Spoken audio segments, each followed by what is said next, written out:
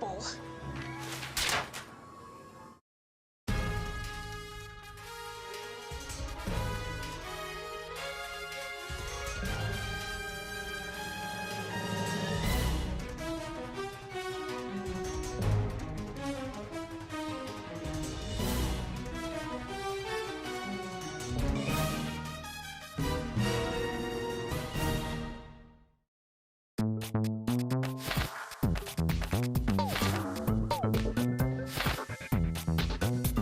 CBBC.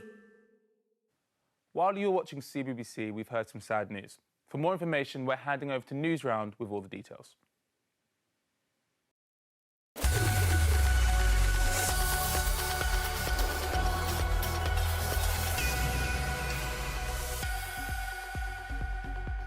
Good afternoon, I'm Hayley with a special Newsround bulletin for you this Friday, the 9th of April. The Queen's husband, Prince Philip, the Duke of Edinburgh, has died. He was 99 years old and died peacefully at home. The Duke's death was announced by Buckingham Palace earlier this afternoon. A statement read, "It is with deep sorrow that Her Majesty the Queen announces the death of her beloved husband, His Royal Highness the Prince Philip, Duke of Edinburgh. His Royal Highness passed away peacefully this morning at Windsor Castle." Well, in this special Newsround, we will be looking back on Prince Philip's life and remembering his achievements. The Prime Minister, Boris Johnson, has praised his extraordinary life and said he inspired the lives of countless young people. Prince Philip had been at the Queen's side since 1947, and she often talked about how much she relied on his support throughout their 73-year marriage. Well, let's take a look back at his life. Prince Philip spent most of his life at the Queen's side. As her husband, he wasn't the king, but he had a special job title, consort, and his role was to support her through good times and bad. He holds the record for the longest-serving consort in British history. He has quite simply been my strength and stay all these years, and I and his whole family owe him a debt greater than he would ever claim. He also had a warm relationship with his grandsons, Prince William and Prince Harry. Prince Philip was born in 1921 on the Greek island of Corfu. His family were royals, but they were banished from Greece when Philip was just 1 year old, and he spent his childhood in France, Germany, and here in Britain. During World War II, he served in the Royal Navy. In 1947, he married Princess Elizabeth.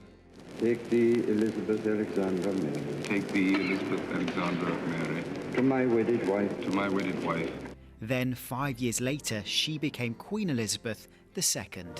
Faith and truth I will bear unto you. To live and die. Philip had to give up his job in the Navy, and at first he found it hard to adjust to his new life. However, he soon threw himself into his role, helping the Queen, and also developed interests of his own. He was especially passionate about his charity work. One issue he cared a lot about was wildlife conservation, something he spoke to Newsround about back in 1986. I think the problem is that, it happens in so many of these large animals, the area in which they live and the habitat which they live in has been gradually reduced. It used to be in the bamboo forests, 3,000 kilometres long, and it's now reduced to little pockets here and there. One of his most important and famous charities is the Duke of Edinburgh Award Scheme, which offers challenges and adventures to thousands of young people in the UK. To give young people a chance to discover their own abilities for themselves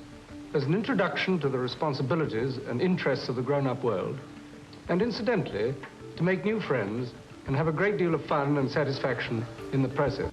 Philip had a reputation for speaking his mind, and sometimes his comments could be embarrassing. However, he was praised by many for his dedication and his unique way of doing things, something he was modest about himself.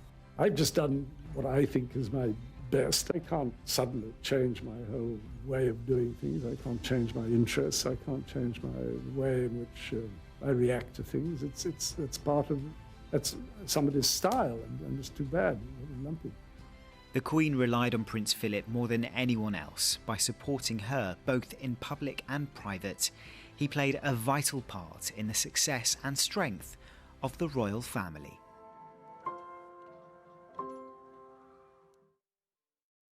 And to find out more about Prince Philip, his life and his work, you can take a look at our guide over at the Newsround website. And remember, if you are feeling upset about what's happened or by anything that you hear in the news, you can find lots of help and advice there too. Well, that's all from us for now, but we'll be back at 4:30 today with another Newsround. Bye-bye.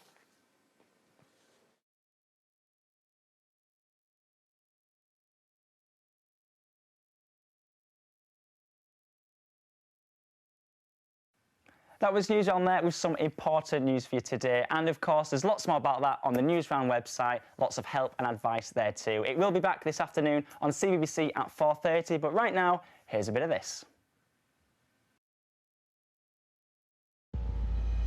When the wilderness calls, we listen. We escape